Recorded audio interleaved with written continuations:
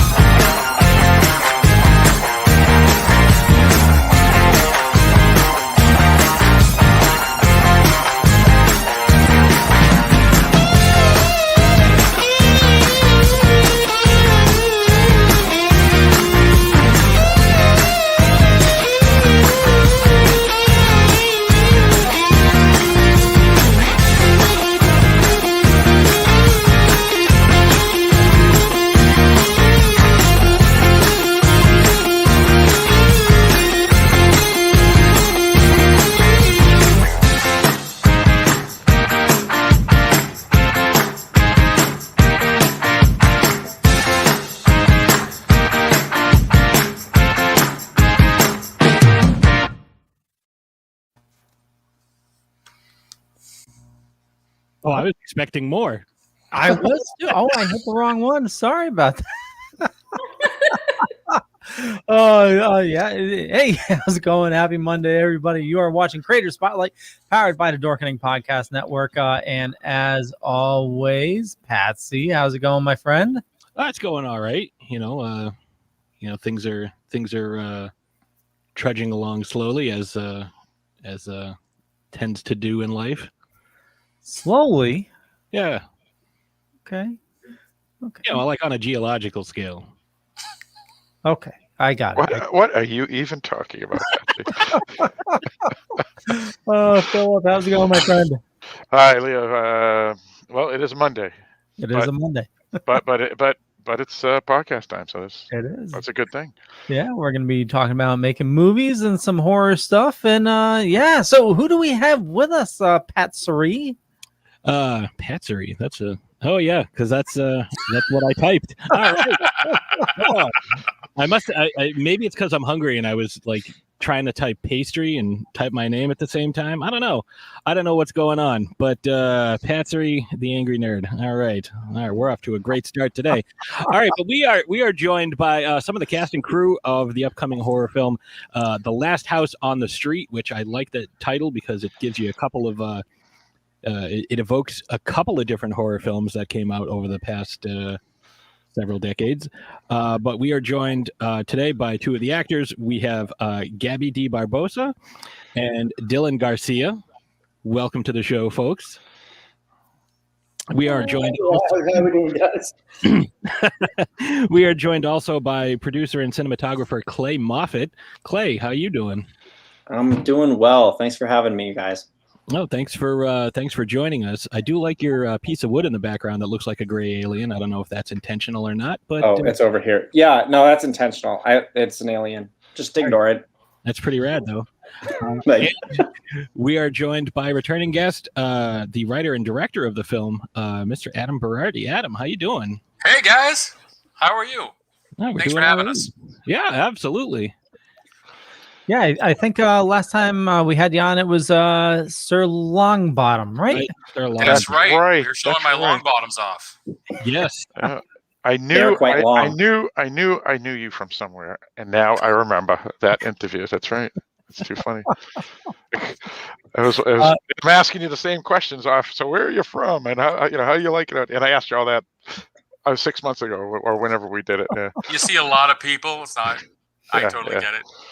It happens. It happens. Yeah, I mean, not only this show, but Pat Suri and Philip, you guys are doing your own shows as well, so you got a lot going on. So it's we do. Yeah, we are forgiven. We are forgiven.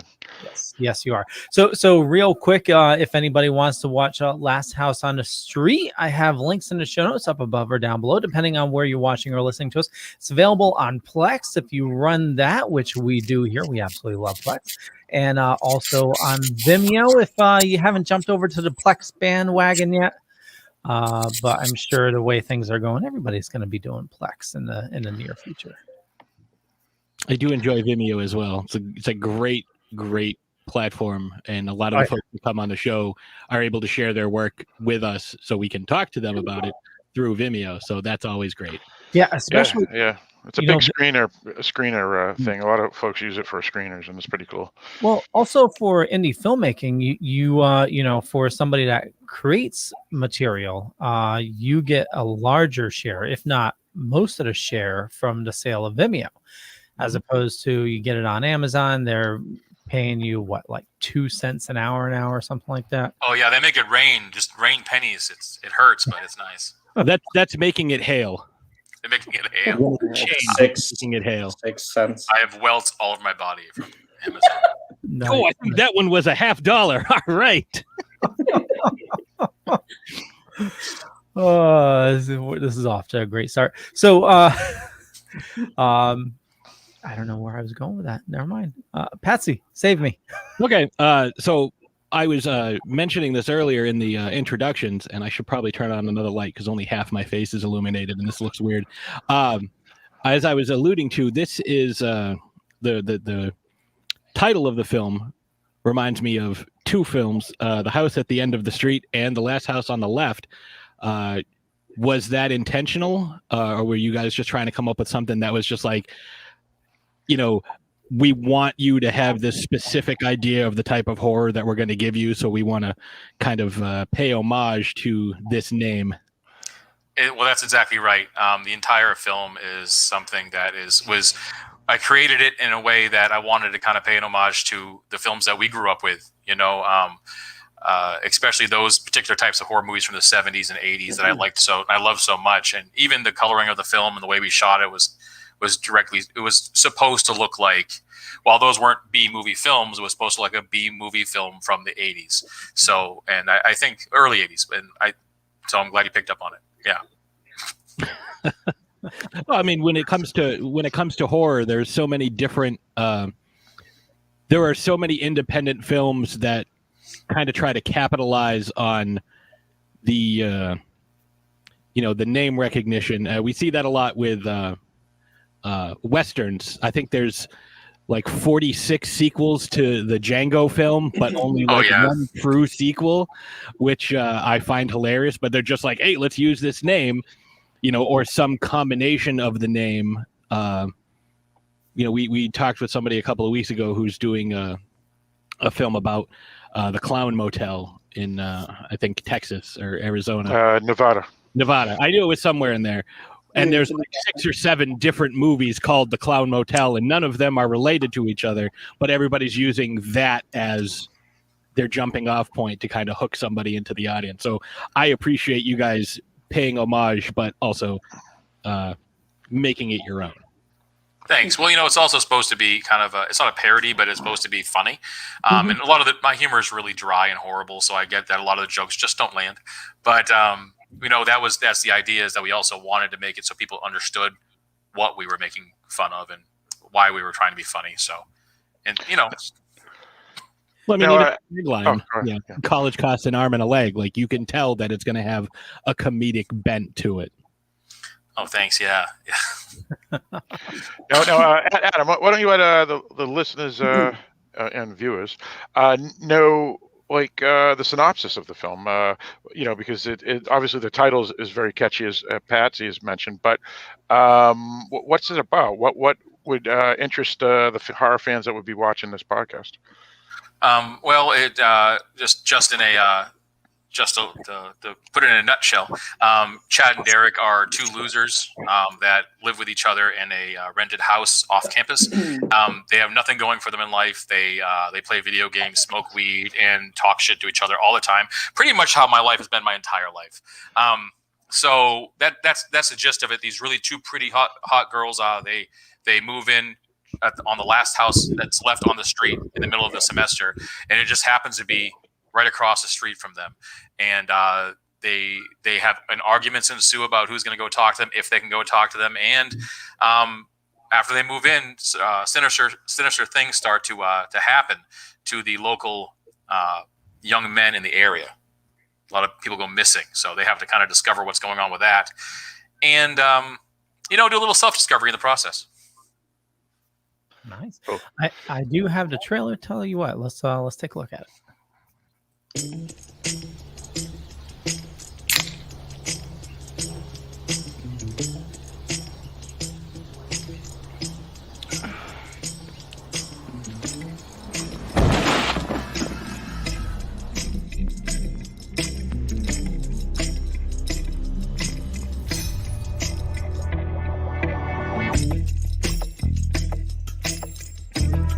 Seems kind of late in the semester to be moving in, don't you think?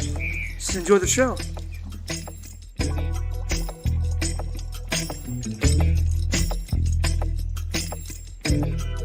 I honestly don't need you stalking me anymore. Because it's soggy, I'm just checking up on you.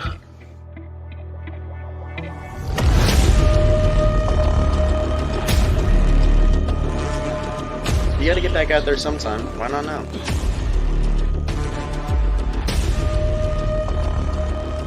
Chad, it's Mom. Are you okay? I haven't heard from you in weeks. Approximately what time did he go missing?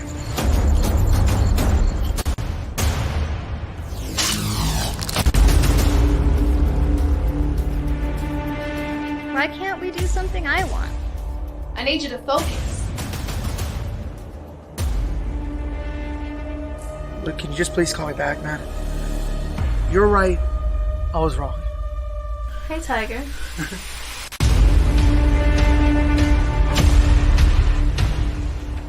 She's wrong. She's wrong about me. I am different.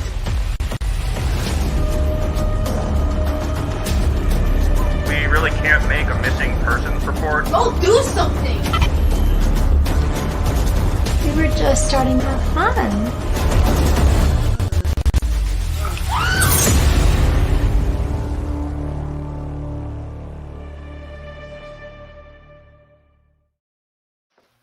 Nice. And like I said, you can find links in the show notes up above or down below, depending on where you're watching or listening to us. You can watch it right now on Vimeo and also Plex TV. So you said, this, and you can see it in the trailer, definitely has a 80s feel. What does it take to get that? I mean, is it using certain cameras, or is it using, different filters within, your film editing? What does it take? All the above. I think Clay can attest to the fact that we had to sit down and talk about it at length of what I must have called him 3 times a day for about 2 months before the shoot, talking about 4 times a day, talking about the initial shooting, what color spacing I wanted to use. We weren't going to go Rec 709 with it. I wanted to go like HLG, and so I had a kind of like a green film to it before we started and a flat profile, so we could really layer on what we wanted to.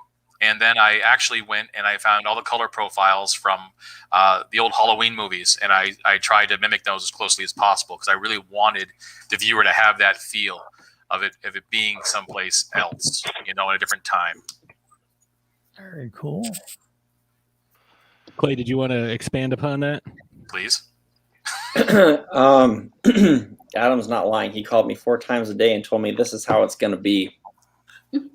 And I said, all right.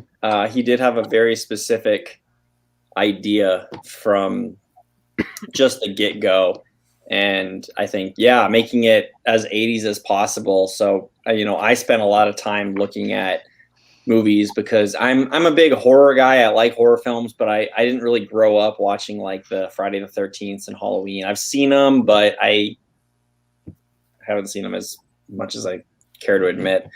So I actually did go and look at kind of what he was going for, so that when I shot it, we could get a similar vibe. And then when I cut together the trailer too, I was like, we're selling this as an 80s film. We're not selling this as a comedy, even though a lot of the movie is pretty comedic. We're cutting that out of the trailer. It's got to be more like mysterious and horror centered for the trailer. I would say, except maybe the pillow fight. The beginning, I wanted the beginning to be fun, so that people would be like, "Okay, cool, yeah, I got your attention."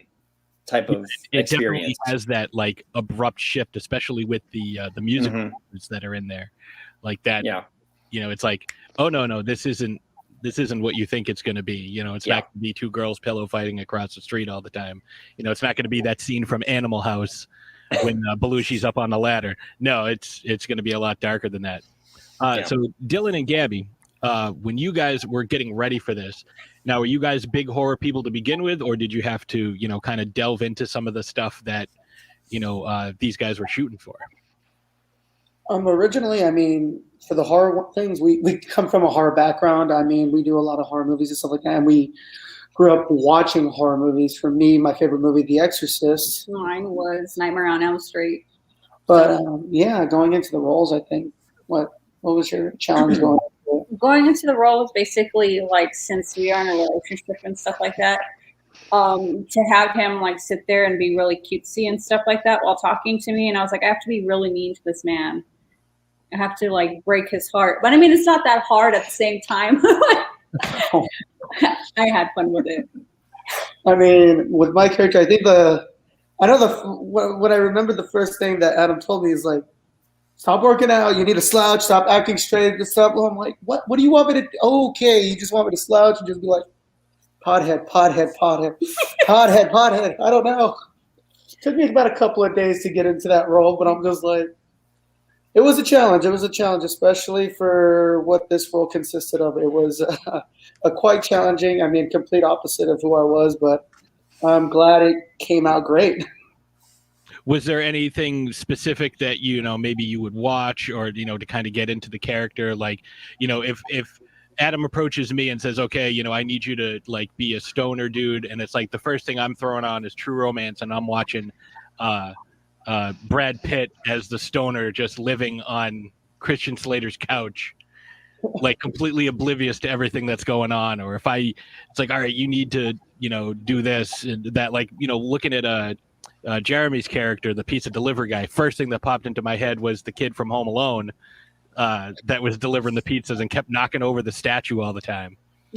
I think like some of the roles that some of the movies I saw just to try to get an image of this character was, I mean, Bill and Ted's Excellent Adventure. That was one of the main ones I've watched. Another one was Harold and Kumar. That was one thing I watched to, get some of their attitudes and, some of their, especially was it Harold's self-esteem issue during the first movie. Mm-hmm. What about you, Gabby? Didn't really watch movies. It was more the character who's the one that I took inspiration from, because my character is very much like attitude. I hate my job, goth chick. So I took it more from the girl, like, what's her name? From Parks and Rec. Audrey Plaza. Yeah, Audrey Plaza. So I was watching her consistently, and I was like, that is my attitude. I just need to go, like, I don't care, get out of my face. That kind of situation. So it's a lot of watching her stuff. I mean, it worked out really well. We were seeing us together, right? I mean, hey, I got the girl. The stocking paid off. Yes, stocking paid off. The one and only example of that happening. The only difference between a romantic comedy and a horror movie is the attractiveness of the lead. That's you look at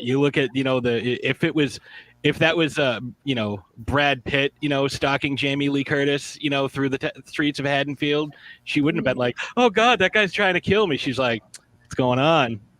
How you doing? Totally different movie, right? Yeah, there's no difference. It's true. true. So I know you talked about, wanting this to be, an 80s, sort of like an 80s classic. Are you going to be producing it on VHS like a lot of indie films are now?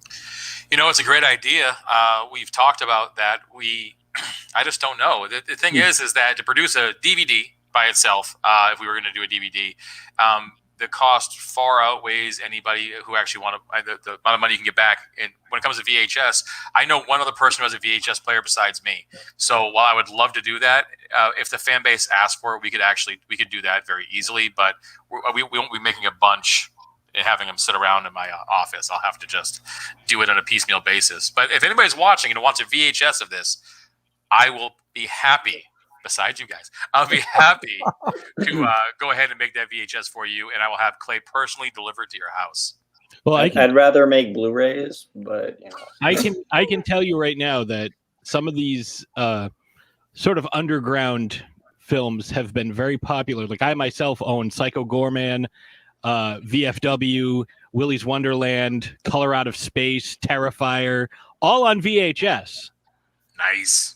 So a lot of these that are coming out on VHS, especially if it's, like these, underground type cult hits, like I have a VCR hooked up right next to my PlayStation 4, and I've got another one hooked up in my living room. Like we are a VHS centric family here. So, I mean, I may be the exception, but there's nothing like having. Well, also, a lot of people collect the VHSs just to, store them on their shelves, just that have that, nostalgia just sitting right there so that you can look at it whenever you're, in the living room. I love it. I love it. Listen to that plastic cover pop when you close it. Smell. Oh, so nice. It's just tactfully wonderful. A lot of folks just do like a limited edition run. Like it's like, hey, like the guys who did Bad CGI Sharks, they did a limited edition run on their VHS. I think they did 25 of them. I have 2 of them, but they did just 25 of them, and like so many people just scoop them up and take them. It's crazy. So if you do a limited edition run, like I can put you in contact with somebody who does this. Fine, sold. That's it. After the show, you sold. I'm sold on it already. Clay knows it doesn't take very much to sell me on anything. You guys sold me. Adam's in charge. And then you could probably just sell them through like the Facebook groups and stuff, So Patsy, how many is normally like a limited run? What is it like about? 100, 200? When a few of them have come out, there's usually around like 100, and there's different variants, and the variants cost different prices. So like for Psycho Gorman, I think there were 2 different art styles, and then there was I forget which one I got, but there's like 25 of one, and that's like the super limited, and then 25 of another, and that's a limited, and then 50 of another one. So it all depends on what the distributor wants to do, and apparently it's fairly easy to do. I was talking with my buddy who's part of this, and he's like, yeah, we get the file, we put it on the, we turn them into VHS tapes. Like it's awesome. Beautiful. So at the end of this, if you could please contact me so I'm going to do it now. That was an easy sell for me. Right. Absolutely. If I can just have it for myself, if nobody buys it, I guess I'll have 100 copies because I'll.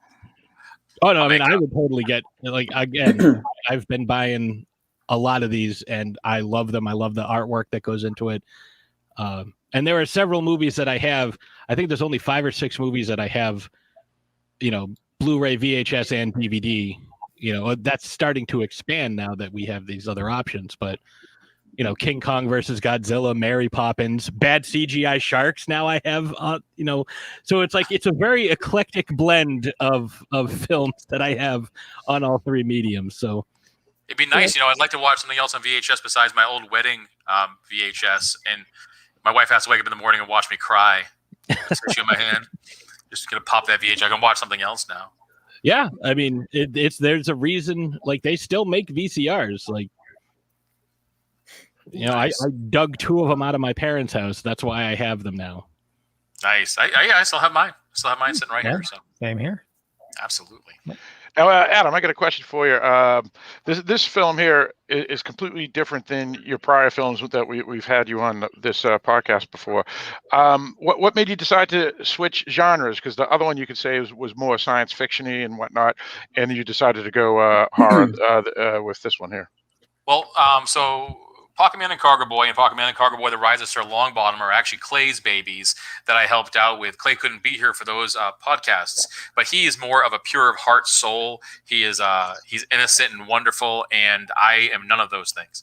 I like blood and gore, and that's what I like. So, and I grew up with that. My first movie I ever watched was when I was a child. I was adopted when I was 7, and the first movie my parents let me watch was the original Psycho, and I loved it. I couldn't get enough of it, and they went out and immediately they went to Blockbuster, because there was a Blockbuster in my neighborhood that just opened up, and they got me the second one, Psycho 2. And I thought that was the funniest movie I ever saw in my entire life. I thought something was probably wrong with me. I was laughing. They're like, there's something wrong with this kid. And I loved that. I watched it a million times. Other kids were watching like Rock Candy Mountain and the Smurfs. And I was definitely watching Psycho 2 on a loop. So that's kind of the reason why going forward, when we see movies and I'm involved, if it's really nice and it's wholesome, then there's a chance that Clay made it. And if it's something that you would never show your children, there's probably a chance I made that. So, hey, nothing wrong watching that type of film when you're that young, man. You being from Boston, on Channel 38, Dana Carvey's movie loft. Yeah, right. Oh, exactly. yeah. I watched Taxi Driver. I mean, it was edited, but I watched Taxi Driver when I was like 10 years old, and I thought it was the greatest film ever. Yeah, absolutely.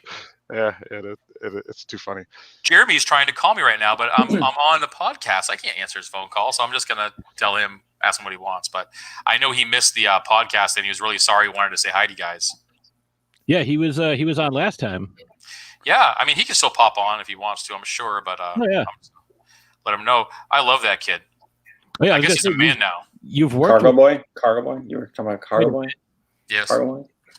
Cargo Man now. It's Pocket Dude and Cargo Man now. Cargo Gentleman. He's formal. No, Clay, I got another question. Actually, this is my first question for you. Were you involved in actually creating that trailer? And I mean, obviously, you said you wanted to cut out certain things to make it focus on the horror mostly, but I mean, our trailer is that much more difficult to do because again, they're for marketing, right? I mean, I don't know how I would be able to do it. Let us know. Tell us.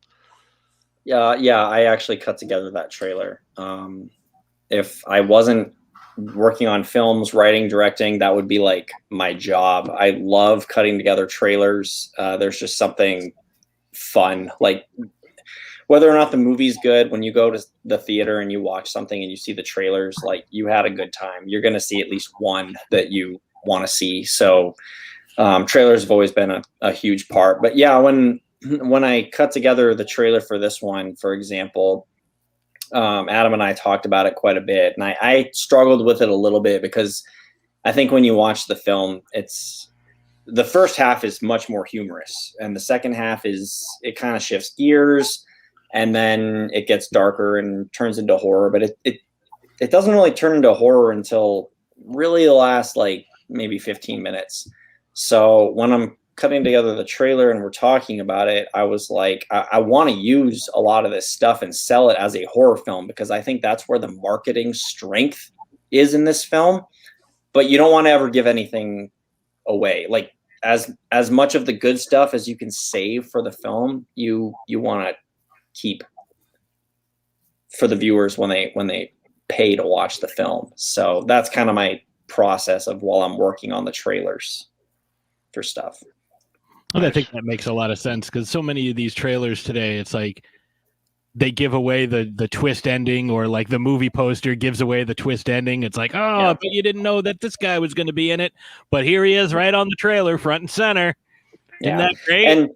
You know, it's such a random example, but I've been into film like my whole life, and I'll never forget. I saw the trailer for Master and Commander: Far Side of the World, and I've never cared for the film, but the trailer gives away all of the fighting, and it makes it look like a Pirates of the Caribbean duplicate, where they're all sword fighting and ship battles. And then I saw this film, and it's 2.5 hours of these shipmates getting drunk below the deck playing violin, and then there's a tiny fight that they used for all of the marketing. Sold me. I saw it. They got my money, But same thing, like they gave away all the good parts, and I don't like to do that. I like to really, I think when people want to go see something, but you save something so that they earn their payment, they're more satisfied than if you just give away everything right in the trailer. And by the same token, putting fake stuff in the trailers, like what Marvel does, for the Pixar Infinity War, showing the Hulk standing side by side with Captain America in that big fight scene in Wakanda. Yeah, Hulk wasn't even in the movie, so yeah, that's true. Yeah. Like, hey, there we go. Oh, look, there's Thor. He's got 2 eyes. I'm sure that's not, anything crazy. Or even Star Wars, when they put that TIE fighter in Rogue One. Oh yeah. Yes. A TIE fighter. So it's like, oh, how's she gonna get out of this one? Oh, I'm still upset about that. I just want to know what was happening right there, that they somehow made a trailer, whatever. I don't get it. Did you see the behind the scenes of it? I guess they used a toy to like. Yeah, it's crazy, but still, like watching the film and then seeing that trailer, you're like, I don't get how they were going to go from here to here. Like, I don't know. One of her friends in the TIE fighter, like that scene in Return of the Jedi, when the walker comes over and it pops up and Chewbacca's in it. Hooray, it's my friend. He's not going to shoot me. And probably what it would have been. It would have been like K2SO jumping up. Like, hello. Right. It's like, wait, didn't you die? I'm here, guys. Now, Adam, I got a question for you about this film here. Based off of the trailer, it kind of looks like a slasher, but also, back in those days, 80s and 70s and whatnot, they had supernatural stuff, and they have monster movies, and then as Clay has his gray, the alien gray in the background. My curiosity is what made you decide to go with the slasher? Is that like one of your favorite film genres in the past? Is it like the Italian giallos and Carpenter and all that stuff? It's absolutely what it is. I really, really find the most terrifying things in the world are human beings. That and chimpanzees. Have you ever seen? They're chimpanzees can do some terrifying crap. But the idea of the fact that humans, every primate, but humans in particular, have a very they have a need to hunt. They have a need to do that. We're no longer scavengers that have come out of the bushes. We're in 140. We hunt things, and it's terrifying to think for a second that can actually be reality. And every day in the news, we see it. That's what's scary. And my daughter-in-law lives with me. By the way, my daughter-in-law is the girl on the poster. So, but that's my daughter-in-law on the poster. But her name's Piper, and she believes in ghosts and all that crap that doesn't exist. So, she's like, "Oh, I heard something in the room when you were gone." I'm like, "Oh, you know what the rule is? If you hear, we have a podcast called Talk About Scary, Clay and I say as a rule of thumb, if you think your house is haunted, it's not, because they don't exist. Ghosts don't exist. So, and that can't be terrifying. Zombies aren't terrifying to me, but women are. Women can be psychotic and terrifying. So I really wanted to paint the picture of not giving too much away, but that they can be an apex predator, not just crazy in their own right. And that's what I love. And I like showing women in strength in my movies. I've done a couple shorts and things like that, where they're the ones in power a little bit. I get also tired of seeing slasher movies where there's a guy walking really slowly killing a bunch of chicks. I always told my wife that if I was ever a serial killer, I would kill the biggest guys possible, because I would like to be known for that if I was going to do that kind of stuff. I'm not going to do that kind of stuff, by the way, but if I was, that's what I would like to do. Maybe. just saying that if I was, that's how I would do it. I'd be the Gold's Gym killer. I would go to Gold's Gym, find the biggest roid head. Either I'm going to die or he's going to die. But yeah, so you can pretty much expect that every movie that I make in the future to be, if it has a supernatural twist, to have a very human element to it. I think that that's the scariest thing that can happen. Yeah, sociopaths, serial killers, and all that stuff. Yeah, makes sense. Now, Dylan, you were pointing over to Gabby when he was saying apex killers that can be women and stuff. What did that mean? Were you giving away or something in the movie, or are you just being funny and bothering Gabby? Just being funny, bothering Gabby. I mean, she is the apex predator in the relationship, man. I mean, like, there's a lot of truth to what Adam says. Like, men, you guys are like not like that. If you think about it, a lot of the times, like, we will get away with stuff because we have layers of crazy. So that's why he's saying that we can either play like the victim, we go and stalk people, all that stuff. It's levels of crazy for several women. I'm not going to give our secrets away, but I mean, yeah, Adam. Like, if you look at serial killers, most of them are males, but I think like females tend to like go under the radar because you want to think, wow, a woman did that, you know? And I think it makes a lot of sense, especially if you have like a nuanced character. I think one of the first one that comes to mind would be the way George R.R. Martin created Cersei Lannister, and like the way that we get to see her machinations behind the scenes, especially in the books. Like the stuff that she does, it's like she learns about everything. Like, she can't fight with a sword, but you know, like she says, that's not the only weapon that a woman has. So she uses everything at her disposal to get what she wants, and she generally tends to come out on top on that. And Patsy, I'm still saying that she was the hero of that show. Well, and I'm still saying that you're wrong, so that's totally fine. Well, she was the best character, put it that way. Absolutely. The real hero was the friends we made along the way, right? No, I was going to say the real hero was the guy that wrote the end credits, because that's when we were all saved. Yeah.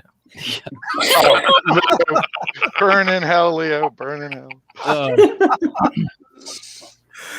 Jeremy is in the back room. Jeremy, if you can hear us, there's no video or audio. When you might want to pop out and pop back in, and then I'll bring you into the room. Way to go, Jeremy.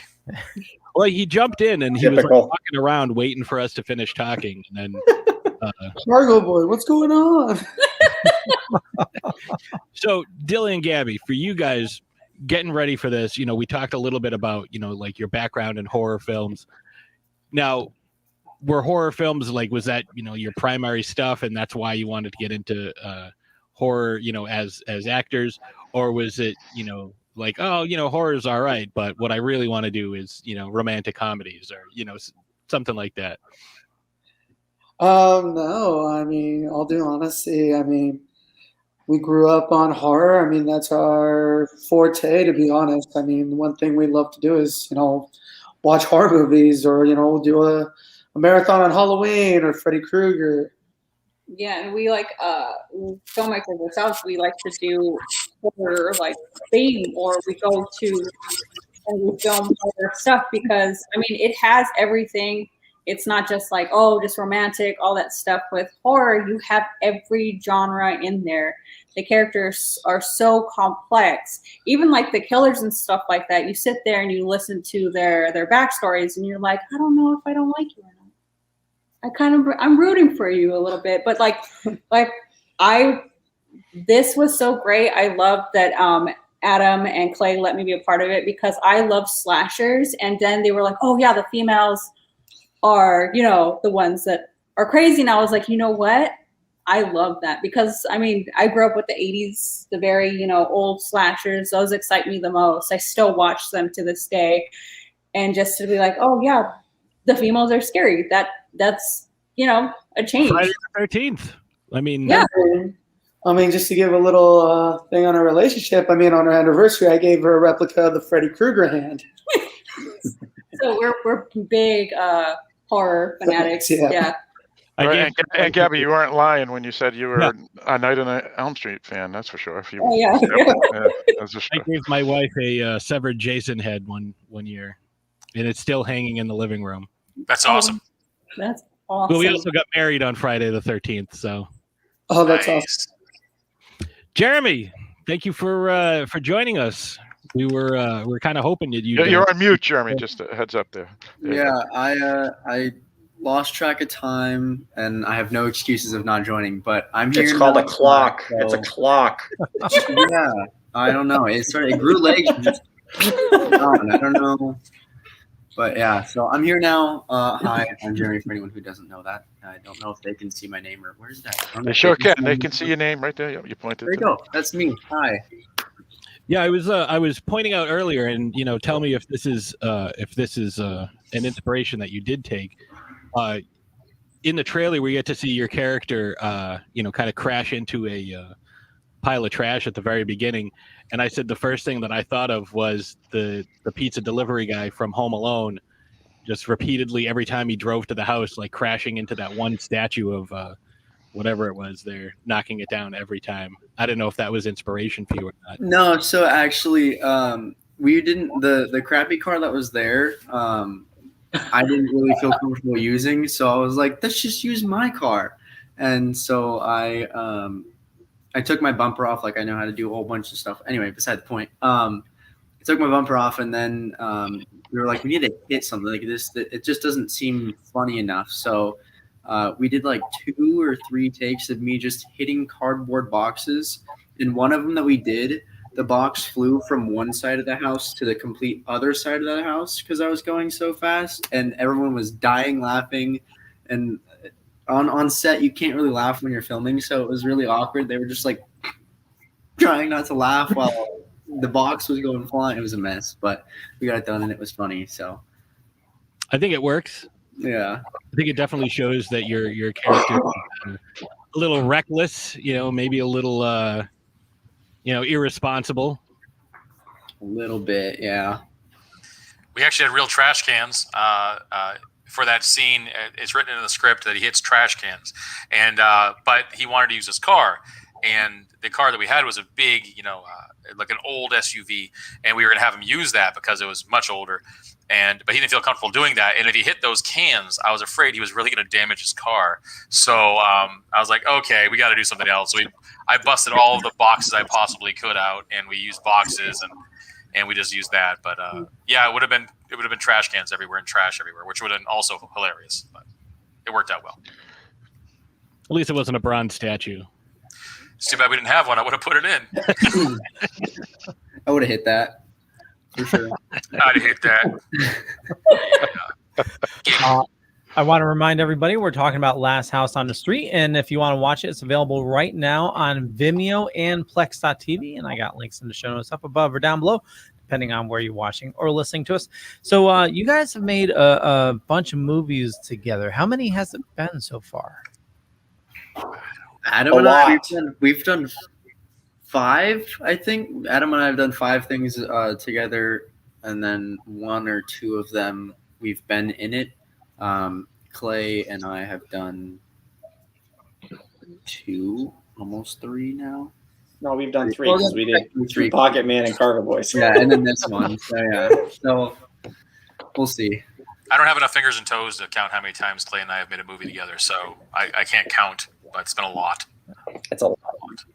And what about Dylan and Gabby? How many movies have you guys done with the crew? This is the first time. This is the second time I got to work with Adam. I'll say that. I mean, we first met, like 4 or 5 years ago, maybe? Something like that. Yeah, I was in film school, and he was on one of the capstones that he was one of the main. He was the main villain, I should say, the evil chef. Yeah, Terry Donnelly. He was on that. He's worked on some stuff. Wasn't he on? He was on. Help me out, Dylan. Terry was on. What did he do? Terry. He was on that with us. He was on. Urban Cowboy, or wasn't it like? What was he on? You remember Terry, don't you? The actor? No, the director, or I guess he was the second AD on that. I can't remember. I know who you're talking about. Yeah. Well, anyway, he was on. He was on French Connection. He did a Terry lot of. Connolly. Yeah, Terry Connolly was on French Connection. He did a lot of different stuff. And I was approached by some people at SCC. Scottsdale Community College has a fantastic film school. And I don't generally do things like that, but for education, it's fantastic because it's 2 or 3 days. And you can kind of sit with the kids, and it takes them a long time to do it, but it's really fun, and you can see them work through it. And one of the only people besides, I think, that I liked a lot, besides Morgan Bowles, who acted as director on that for that capstone project, was Dylan. Dylan has a tremendous talent. He was there for, I think, 3 days, 12 to 15 hours a day, working his butt off, and his dedication to the craft really shows. So while I haven't done any since, I'm sorry, SEC, I'll get back to you, and I'll do some more, I'm sure. I really enjoyed working with Dylan on that too. Very cool. Yeah, I mean, I was going to say, you do see, once directors get comfortable with, specific cast crew members, like they work with them over and over and over again. David O. Russell and Chris Nolan come immediately to mind. You see the same guys in their films over and over. Scorsese's another guy, same people, and to a lesser extent, Adam Sandler. But you know what I'm saying there. We really see it in the indie community as well, because I mean, that's where all the creativity is right now, and it's we see that with all the interviews we do. It is constantly these little families forming around these indie movies, and you're just going from movie to movie, or with like the same crew. Gabby, I see you have, if IMDb is correct, you have like 10 things in production right now. Oh yeah, I'm on a few things.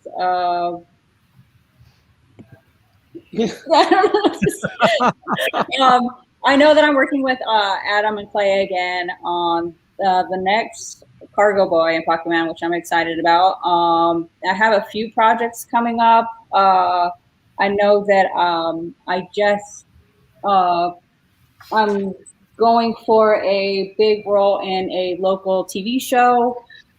A lot of I've been exploring a lot, but now I'm going in and people are seeing that I can play bigger roles, leads, and stuff like that. Being leading lady, so this is I've been working for a little while, so it's exciting. Nice, congratulations. Yeah, very cool. Yeah. So have you guys noticed any restrictions? I know we've gone through a lot with COVID, but it seems like things are ramping up. Have you guys noticed anything recently with any big lockdowns or added rules with filming? Yeah, I can answer that. Sure. I have an audition tomorrow for a big budget SAG movie in LA, and with some big name actors. But the first thing they asked me was, "Hey, listen, this is going to be shot mostly in LA. We have to go through SAG protocols here, but you also have to understand that you have to have your mask off on set. And if you're not comfortable having your mask off on set while you're in front of the camera, we can't hire you." Also, they just told me that if I didn't have I do have my vaccine, but they said if I wasn't vaccinated and couldn't show proof of it, I couldn't work. Period. That's all there is to it. And there's still a COVID compliance officer on all of these sets. They still make sure that you, if you're going to be on set, you're going to be in a bubble, so you can't have contact with anybody else or spread it. And there's still regular COVID testing on all these sets. They're not going to stop doing that anytime soon, at least when it comes to the union work. When it comes to a lot of the indie non-union work that we do, we just try to go by the same compliance. We ask people to certify that they've had a COVID test if they're going to be on set within 3 days, a negative COVID test. We offer, in Arizona, there's no mask mandate. So we ask people if they would like people to wear masks around them when they're not actively in front of the camera, then that's what we have them do. On the last house on the street, there was a bunch of different waivers and forms people had to fill out. And one of them stated, we understand that in Arizona there's no mask mandate, but we ask you to follow COVID compliance anyway, recommended by the CDC. So we just we said, here are the masks, here's the hand sanitizer, and you do agree that when you're not shooting, that you'll wear this mask and be socially distance. And that's kind of the way we have to work it. We couldn't really do a huge craft services thing, that things had to be prepackaged. it's different than it has been in the past, and it's probably going to be that way for some time to come. Yeah, I was actually on a set yesterday, and everybody who was going to be an extra had to be vaccinated, had to have a negative test within a few days. So my wife and I got a home test. We tested negative on Saturday, so the day before, so that was fine. When we weren't filming, everybody was masked, even though we were standing distanced from each other, because we were in this huge, castle hall. Oh, sure. And so everybody was able, it's like, okay, you two are related, you go over there. Like, I was standing next to my wife, just to make sure that, people who couldn't be distanced, were in the same household. So they were able to do all that. But it's like, all right, we're filming, take your mask off, you take your mask off, hide it wherever, and then shoot the scene. All right, mask right back on, mainly because there was an 8-year-old on set, and he's too young to get vaccinated. So, they were taking extra precautions. Well, mainly the director was also his dad. So that's, Oh, sure.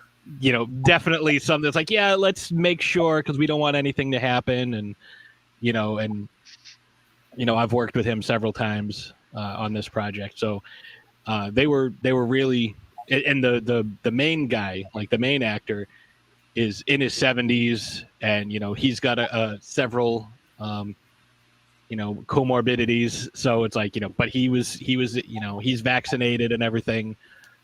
But it's so different, because I started on this project last year, and it was like, oh, you're not feeling well. Well, just stand over there, or, cover your mouth when you sneeze. Now it's like, oh, you coughed once last week. I need 3 negative tests. And oh yeah. It's absolutely. But yeah, absolutely. So I just want to remind everybody, we're talking about Last House on the Street, and it's available on Plex TV and also Vimeo. Links are in the show notes up above or down below, depending on where you're watching or listening to us. And for those of you just joining us, I'm going to replay the trailer. And for all our guests, I want you to think about, while this is playing, think about a memory from filming the movie, whether it's, the goofiest thing that happened on set, or a mistake, or something you had to, reshoot, 10 times. Or somebody that just screwed up. But anyway, think of that. We'll talk about it when we get back. And here's the trailer.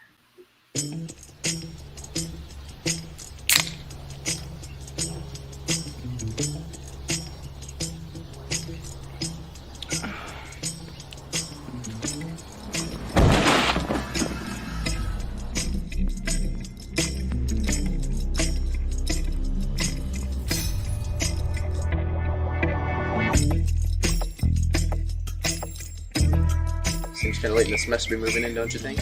Just enjoy the show.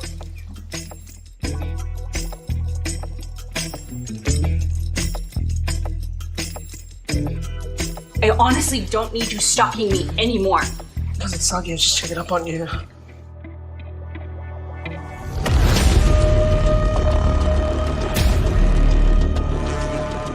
You gotta get back out there sometime. Why not now?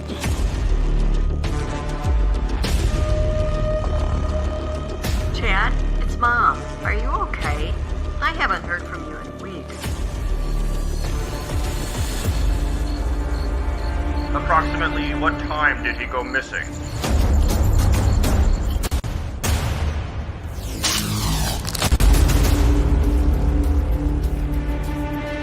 Why can't we do something I want? I need you to focus. Look, can you just please call me back, man? You're right. I was wrong. Hey, Tiger.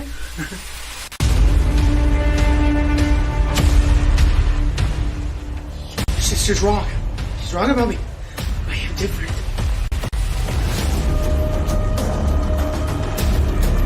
We really can't make a missing persons report. Go do something! We were just starting to have fun.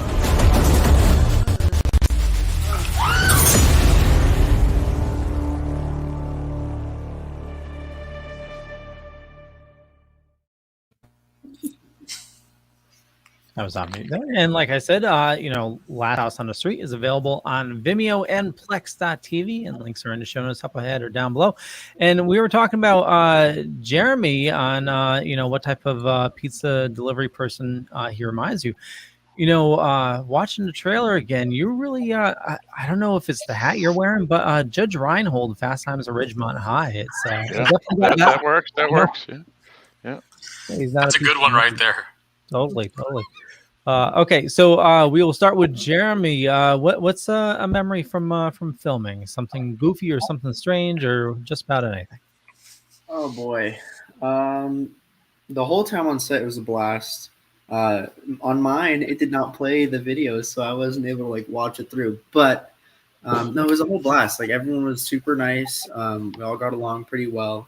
I think the funniest part of it all was there's a scene where the two girls are driving in a car. One of them looks over and keeps an eye on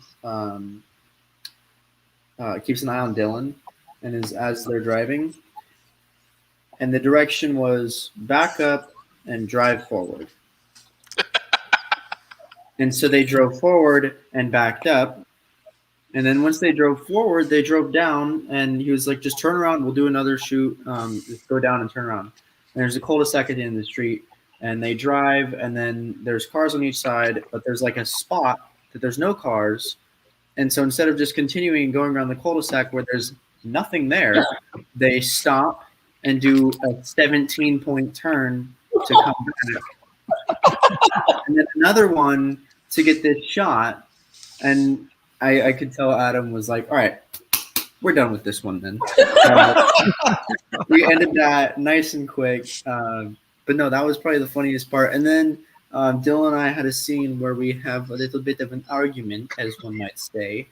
And him and I after getting the line for a while, we were running good, and then both of us were just I can't even remember our lines. So we sat there and just kind of argued legitimately, and I believe there's a portion of our legitimate arguing in there, and it was our lines. But yeah, it was funny. It was a fun time. Kind of let my anger out on I forgot my line to straight at him, and just kind of said whatever I said. Nice. Well, we will pass it to Dylan and Gabby for rebuttal. I felt hurt right there. I felt hurt. I want to know what was true now. I'm gonna I'm gonna go to see that movie again and watch it slowly, just that clip alone. But I had a great time on set. I mean, getting to work with Jeremy, that was an awesome experience. I think one of my favorite moments was the dining scene where I am stalking Gabby, and Eric Lee Olsen plays the manager who kicks my butt and basically throws me out of the restaurant. So I started laughing because me and her, we were just going over our lines and trying to figure out what's going on. And I'm just like, holy shit, give it to me. Let's do it. She's just like, okay, let's do it. And I'm like, oh, that was so fast.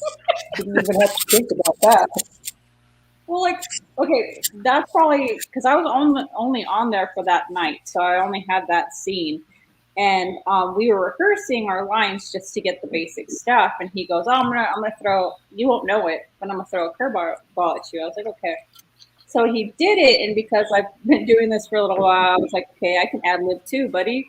So I throw out this line, and it was just basically insulting his game in bed. I'm not gonna, if you want to see it, watch the movie. But basically, I do a zinger, and he's like, and you can see it's a real reaction, wow, and he just he recovered so quickly, and it was funny though. That was just me. I think in one of those takes, one of the extras, you could hear them going, "Oh, yeah," because basically I tagged him. And I was like, I don't really mean this, but you said go all out. And then also Eric, I love him. He's a great person, great actor and stuff like that. He was my manager. Yeah, but he goes and he's like, is he bothering you, baby? And in between, and I was like, shut up. So we're laughing and stuff, goofing off. And Adam were over there trying to line up their shots, and it was great. honestly, I think my favorite line that he put was, "I'm going to show you what the man and manager means." Yes. That was funny. That was funny. Nice. What about you, Clay? I think honestly, probably the funniest thing for me is not really that funny for everybody else, but just this is not my kind of film. So just working on this was just a lot to take in. I like making more kid-oriented films, and every scene had swearing and vulgar issues going on, and it was just kind of a really twisted turn, especially considering how much things shifted from like Pocket Man and Cargo Boy, and working with Jeremy on that and then this. But other than that, I think the big thing was, again, just working on this versus some of the past things that Adam and I have worked on. We worked with a lot of new people, and I do things very differently. I run very quick. We shoot very fast. And so it was just kind of funny. And it's always funny for me to see everyone's face, because we'll say cut, and then I will quickly grab the camera and run and fall to the ground because I want a shot on the ground of the character's feet walking away. And everyone's kind of like, what's going on right now? And Adam will say action, and I'm laying on the ground on my stomach with the camera because that's the shot that I want. And I move very quick, and everyone is not used to the way we do things. So it's always fun on sets, just kind of seeing how Adam and I imprint on everyone else. Very cool. Adam. Everything was actually really funny for me. I had a good time. From concept to completion, I liked the surprise that everybody had on their face about the script, about what I wanted from them. Ashley, she was on set and she was doing a shoot, and they were in the bedroom, and Mary Kate was looking out, right? And at that time, she goes, "Oh, can I do that again?" And I said, "Oh, okay, just one more time. It's fine. It's a 2-camera setup, but let's get it out of the way." And she was getting frustrated because she's like, "I would like to do it again." And I said, "I told you, we shoot fast, so you need to be ready to go." And she's like, "Well, I want to do it one more time." I'm like, there's no time now. You're done. So Clay let him do it one more time, and we didn't use that take, but he let her do it one more time. Also, I really wish they were here because I wanted to bust their hump about the car scene, because when they got into the car, I gave them very specific instructions, but they didn't listen. And as a matter of fact, one of the young ladies, and I'm pretty sure it was Ashley, said, "Yeah, I know how a car works. I know how to drive." And I was okay. And they did not get the direction properly. They did not know how to drive, and they did not. That was. Yeah, it was bad. And then just watching, Jeremy's mother was there. She helped out a lot. Lisa, hi Lisa. Downstairs. I can tell her to come up here if you'd like. It's okay. I mean, if she wants to, it's no big deal. Just tell her we said hi. Tell her we said hi. Hi. She was the first person to actually read the script, and I said, "I just want to know what your opinion is on it." I valued her opinion since Jeremy was like this tall, and I wanted to know more about what she thought. She says, "Can Jeremy play this role? He can play some really nasty stuff, and I would like him to play this role." I'm like, "I don't know." And she's like, "I mean, I wrote it, his mannerisms in mind, because he's a child of reference for me." And he said, she said, "No, I'd like him to audition for it." So he auditioned for Derek, and he didn't really have to, because she was so adamant about the fact he could be so raunchy. And then, so when we saw him, and nobody wanted to shoot the scene outside where he's spying on Janet and slaughtering a guy in the bathtub, because they thought that it was too racy. They didn't want to see little Jeremy do what he had to do outside that window. But I enjoyed it wholeheartedly. I thought it was hilarious, and I wish I could have shown some more funny stuff, but they wouldn't let me. Clay said, "No way, it would never get on any platform if I did what I wanted to do." So. I really wish that, because I wish you would have told me that the whole time that I was running across your yard with my pants down, they didn't have to be down because you never saw it. No, it's hilarious though. We don't want to tell you. Oh yeah, we did like 6 or 7 takes of me pants down running across his yard, like stumbling, and then I fall over and finally pull him up. But I thought he was getting like everything, and that's why I kept like doing it over and over and over. But it was good because it put you in the mindset you had to be. Oh yeah, method action. That would have made me feel so wrong. Yeah, okay. keep in mind, the last time that I've like physically seen Clay was like almost 2 years ago or something like that. A child on Pocket Man and Cargo Boy 2. Yeah, so that was a huge difference for him. I mean, I grew like a foot, and now I don't look like I'm 12 anymore. So it was just funny for him to like, the entire time we were filming this, he was like, it hurts me to see him play this character. Because I had to film you doing the dirty thing. I know. It's terrifying. And I was like, it's okay. Just one of these days, I'm going to be in your film, and you're going to think of me like, I know he can do this. That's right. It was good stuff, though. Oh, one more thing. So J. Alfonso Lopez, he's not here today. He played one part, and it was such a small part, but he's such a big actor. And he said, "Oh, what do you need me for?" I said, "If you could just come to set at 8 o'clock, please. I need you here for something." And he comes in. He's like, "Okay, I'm here." He calls me boss. "Hey, I'm here, boss. What would you like from me?" And I said, "Oh, take off all your clothes and get on that bed." And he goes, "What?" I said, "Yeah, we're going to tie you up to that bed." He goes, "Okay, sure." And he takes off all his clothes. He just lays on the bed. And we tie him up to the bed. And he's like, "What's next?" And I'm like, "Now Ashley's going to get on top of you." And he's like, "Okay, cool." And she's like, "Okay, what do I do?" And she's like, "Can I put my hands here?" He's like, "Yeah, sure, whatever you want." And I have audio of them talking. He's like, "So you're the lead in this film?" He's just like talking all normal, like he does not care at all. I'm like, "Oh, here's a hot dog chew toy. I got to shove this in your mouth." He's like, "Okay, sure." And then when he was finished the shot, he's like, "Okay, am I all done, boss?" I'm like, "I'm great." He's like, "Okay, thanks, guys, bye." And he just left. That was it. I haven't talked to him since. He's like, "Bye, see you guys later." It's funny. That was funny. He walked in. I thought it was like some random delivery dude, and then left. And I was like, "Oh, all right, bye." Consummate professional he is. He really did a great job. He really nailed that character. It just goes to show you there's no small parts, only small actors, and he is not a small actor.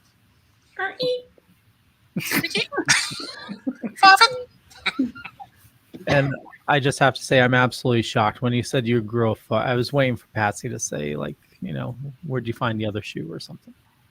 No, I mean, because we actually had that same conversation when Jeremy was on last time about how he was hitting a growth spurt. He's growing right now. You can see it in the camera. Like he gets a little bit taller. Now it's like, yeah, look. Stop it. You can hear his bone stretch. Yeah. That cracking, that's not the house creaking. That's my body. No word of a lie. He's going to be like his dad, and his dad is his biggest Shrek. He's the biggest person I've ever seen. He's a large human being. He's like 6'3", over 200 pounds. He's a big dude. We sat in the movie theater next to him when he was blocking the projector. Move over a little bit. Okay, sorry. That's awesome. Yeah. I know we're running a little bit past time. Philip or Patsy, did you guys have any last minute questions? No, I think we pretty much covered everything. Now it's just time to see the film. Yeah, I agree. I concur. I mean, I have a couple of ideas, but I don't want to say anything during the live broadcast. But I have a couple of ideas where I think this film may be going based on some of the stuff I saw in the trailer. But that's always a discussion to have off air. Oh. We always show a lot of restraint in our movies. This movie shows a lot of restraint. If it had a rating, which it does not have a rating, it would be PG-13. So it's totally fine for most people to watch it. However, there's a lot of F-bombs for people that are watching it. I actually only wrote in about 10, but the cast got so comfortable saying it that there's actually a part in the movie in a scene where they say it 15 times. And every time my heart skipped a beat. There was my mom was trying to put together my reel. My mom literally does everything for me. I love her so much. I wish that I had a way of paying her. Anyway, beside the point. She was like, "I can't use this stuff," and I was like, "Why?" She's like, "Because you keep saying the F word." And I'm like, "Well, I don't know what you want me to do." And she was like, "I'm gonna tell Adam to stop putting those takes in." I was like, "Don't. You're fine." I was like, "Let me grow up. It's okay." Because I have like a bunch of stuff from when I was really young.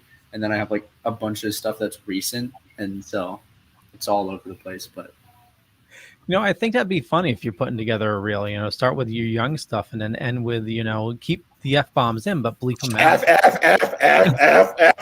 If you said it when you were younger, like that'd be funny. Yeah, I think I have a couple clips of me just randomly cussing when I was younger. You're so comfortable with it. So comfortable doing it. Well, when you go to high school and you're in this area, it's pretty normal. I mean, any area, honestly. Mm-hmm. High school just smacks you in the face. And then college does it again, but not with their hand. Nah, it's easy. College is easy. It's fun. Don't worry about it. I think Clay picked up on it, but I'm not sure. No, I got what you're putting down too. Well, I want to thank everybody for watching this fine evening, and definitely check out Last House on the Street. I have links in the show notes up above or down below, depending on where you're watching or listening to us. And it's available on Plex.tv, also Vimeo. And make sure you follow the gang. I got all the links there, and request a VHS copy if you're a VHS collector, like a bunch of us are. And we will start with Dylan and Gabby. Where do you guys like people interacting with you on social media?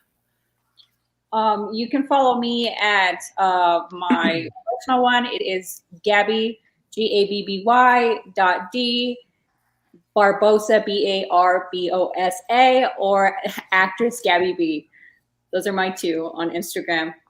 I only have one on Instagram, and it's Dylan.rsuave.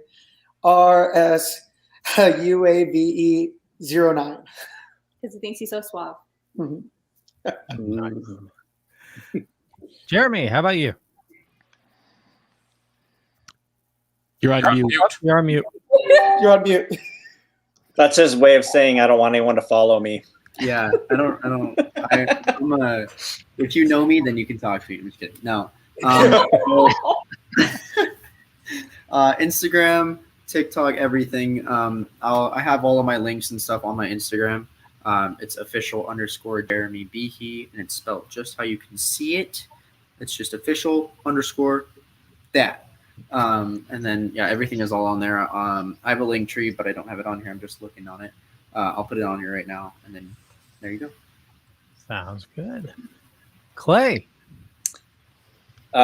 Usually you can find me on Facebook by my name, or Overnight Pictures Facebook page is a great way to contact me as well. I do Instagram. You can just search my name, my username, or whatever the cool kids call it these days. Handle is Cinema Snacks with an X and not CK. But other than that, Facebook's probably the way to go. Sounds good. You're old. What's that, Sonny? I love you, Clay.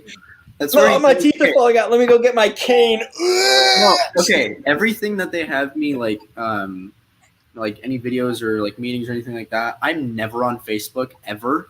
And so my mom does that, and she'll be like, "Oh, by the way, you got to go to this," and I'm like, "Oh, cool. Okay, wish I could have seen that a while ago." But yeah, it's just funny because I don't use Facebook, and so it's really something else. I've just dedicated too much time to it. It's just the easiest way to go. It's definitely a generational thing, because I saw the look on your face, Jeremy, when we mentioned Judge Reinhold in Fast Times at Ridgemont High. You were like, "Yeah, those are certainly words in a sentence." Sounds like a dude. Adam. All the old standbys. You can look me up on Facebook, Adam Berardi Actor on Instagram. You can email us at Clay or myself at overnightdistribution@gmail.com. And let's see. Also, I got a great OnlyFans account, so if you guys want to go ahead and check that out, you're more than welcome to. And I do a TikTok dance thing where I wear like really skimpy clothes, so you guys can find that as well. Can you repeat that one more time so I can hear exactly like where to find this? You're not a fan, Clay. I have to make money somehow. Are you subscriber? Are you running like one of those TikTok houses? Have you seen those? I don't know, but I don't do the TikToks at all. I don't know how to talk or any of that stuff at all. The TikToks. My wife will lay in bed next to me, and she'll text me next to me in bed something on TikTok. And because of that, it infuriates me, and I'll never use it because my wife has ruined it for me. So thank you, Heidi, if you're watching. Adam, I'm not watching any of your TikToks. I'm going to start sending you TikToks just because. I'll start sending you Vines from like back in 08. You'll not. Please, for the love of God, please. I will quote every single one. Nice. Fill up. Folks can find me at darkdiscussions.com, where we are about to hit our 500th episode, and we've been around for 10 years. Awesome. Patsy. You can find me spelled correctly on throwdownthursdaypodcast.com. You can find all our latest news and articles there. You can also find us on our Facebook group, Throwdown Thursday Podcast. Also, the Loudest Sports Show will be coming back with a big NFL preview with a whole bunch of different guests. And you can go to Amazon and buy my book, How Much Do You Tip an Exorcist? Because I could use the royalties. So go buy my books. Go buy your book. Money is good. Money is good. And for me, just Google Leo Pond. You'll find a bunch of stuff. Could be true, could be not. I'm not going to say which is which, but more importantly, follow these awesome people and go check out The Last House on the Street. Like I said, links are in the show notes up above or down below, depending on where you're watching or listening to us. And for me, I run a little thing called the Dorkening Podcast Network. Just about 40 shows on the network. A lot of awesome people doing a lot of awesome stuff. Head on over to thedorkening.com for more information. You can get all the shows there as well. And with that, we will catch you guys there. Bye. Thanks so much, guys. Yeah. Thank you. Thank you, everyone.